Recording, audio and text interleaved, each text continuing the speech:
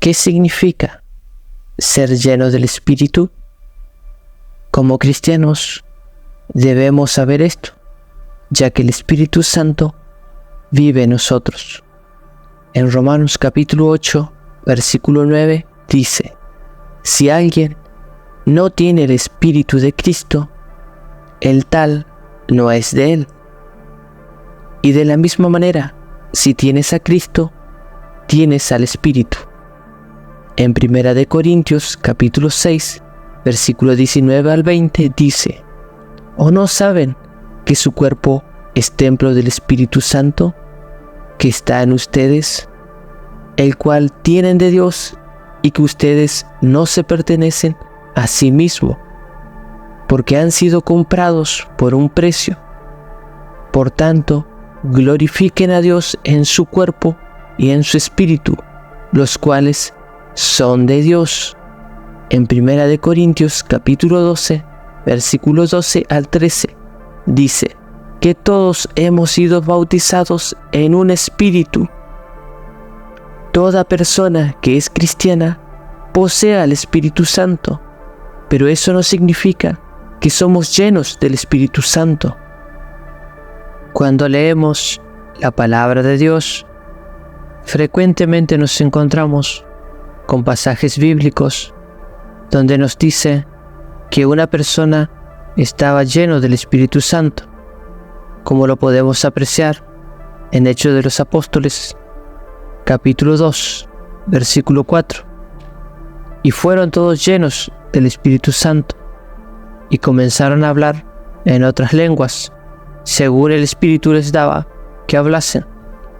En el mismo libro de Hechos de los Apóstoles, capítulo 4, versículo 31, dice: cuando hubieron orado, el lugar en el que estaban congregados tembló, y todos fueron llenos del Espíritu Santo, y hablaban con denuedo la palabra de Dios. En la carta a los Efesios, capítulo 5, versículo 18, no os embriaguéis con vino, en lo cual hay disolución, antes bien, sed llenos del Espíritu. ¿Qué nos quiere decir con llenos? Entendiendo de manera muy simple, significa controlado por. La palabra llenos proviene del griego, que es plero. Usado en la Biblia, tiene la idea de influencia total.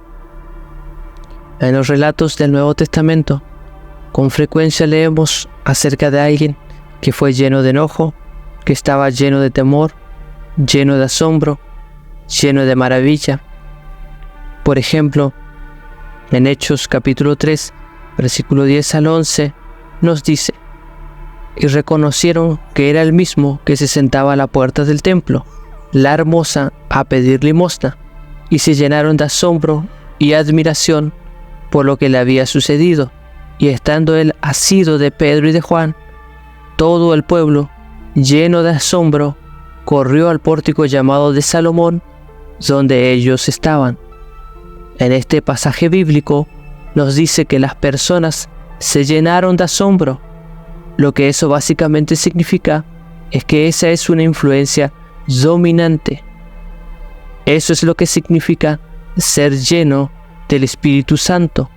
Es ser dominado por la fuerza del poder del Espíritu Santo en nuestra vida, de tal manera que la balanza se inclina de manera total en favor del Espíritu Santo. Él se convierte en la influencia controladora de nuestra vida. Otro uso de la palabra plero en los evangelios es utilizada para expresar el viento que llena las velas que mueven el barco. Lo mismo sucede en nuestra vida. Cuando nos volvemos totalmente influenciados por el Espíritu Santo, Él se convierte en la fuerza que nos mueve. Él comienza a impulsarnos en la dirección correcta. Él se convierte en la fuerza que llena las velas que mueven al barco. Entonces, debemos entender esto. Poseemos el Espíritu Santo, pero no necesariamente estamos bajo la influencia dominante del Espíritu Santo en todo momento. Por lo tanto, no estás siendo impulsado por el Espíritu Santo. Ser lleno del Espíritu es permitir que el Espíritu domine nuestra vida y que nos mueva en la dirección que Dios quiere que vayamos. De tal manera que no tienes que pedir al Espíritu, posees al Espíritu.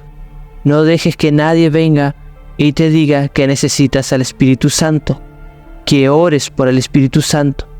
No, ya tienes al Espíritu Santo viviendo en ti. Necesitas estar totalmente controlado e influenciado por su poder.